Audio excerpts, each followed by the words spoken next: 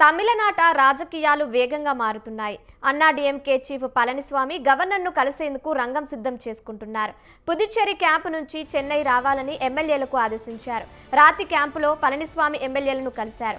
గవర్నర్ను కలిసి ప్రభుత్వ ఏర్పాటుకు అవకాశం ఇవ్వాలని పళనిస్వామి కోరనున్నారు. అవసరమైన మద్దతు ఉందని అన్నాడీఎంకే అంటోంది. అన్నాడీఎంకేకు మద్దతు ఇచ్చేందుకు డీఎంకే రెడీ అవుతుంది.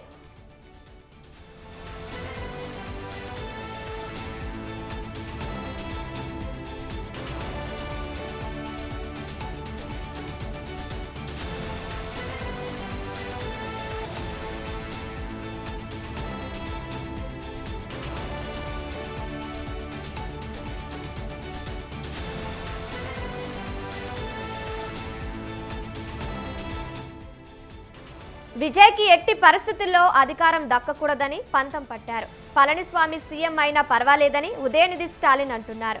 హంగ్ ఫలితం వచ్చినప్పటి నుంచే డీఎంకే అన్నాడీఎంకే మంతనాలు ప్రారంభించారు. తనకు డీఎంకే సపోర్టు చేస్తోందని పార్టీ ఎమ్మెల్యేలకు పళనిస్వామి చెప్పినట్లు ప్రచారం జరుగుతోంది.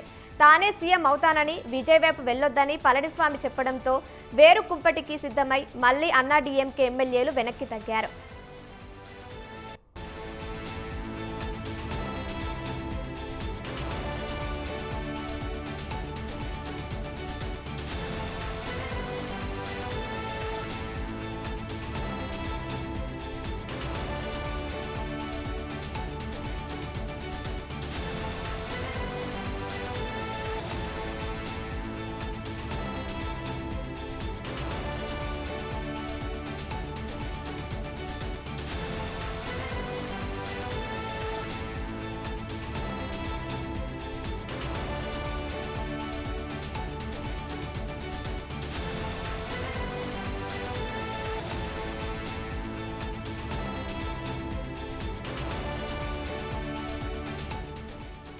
మరోవైపు విజయ్ సైతం డీఎంకే అన్నాడీఎంకే పార్టీలు రెండు కలిస్తే రాజీనామాలకు సిద్ధమనే సంకేతాలు పంపించారు. 107 మంది ఎమ్మెల్యేలతో రాజీనామా చేయిస్తానని విజయ్ చెబుతున్నారు. ఇంకోవైపు 118 మార్కును చూపించి వారికి అవకాశం ఇస్తానని గవర్నర్ ఆర్లేకర్ అంటున్నారు.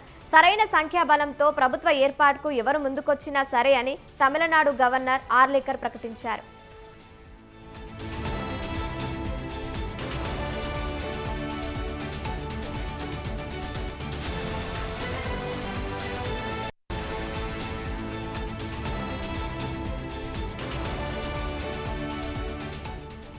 తమిళనాట రాజకీయాలు వేగంగా మారుతున్నాయి.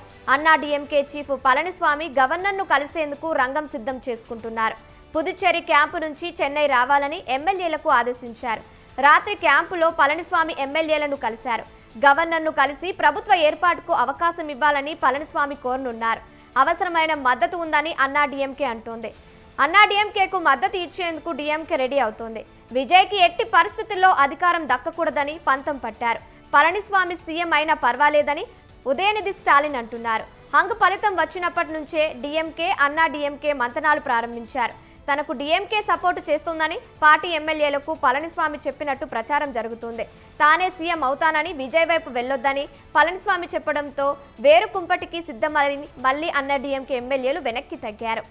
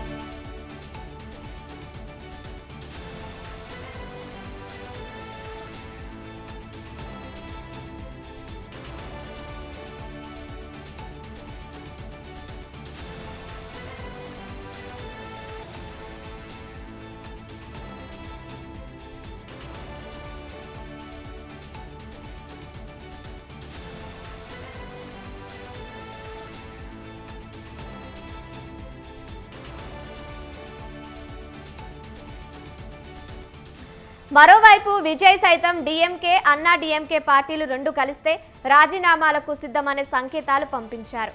107 మంది ఎమ్మెల్యేలతో రాజీనామా చేయిస్తానని విజయ్ చెబుతున్నారు. ఇంకోవైపు 118 మార్కును చూపించి వారికి అవకాశం ఇస్తానని గవర్నర్ ఆర్లేకర్ అంటున్నారు. సరైన సంఖ్యాబలంతో ప్రభుత్వ ఏర్పాటుకు ఎవరు ముందుకొచ్చినా సరే అని తమిళనాడు గవర్నర్ ఆర్లేకర్ ప్రకటించారు.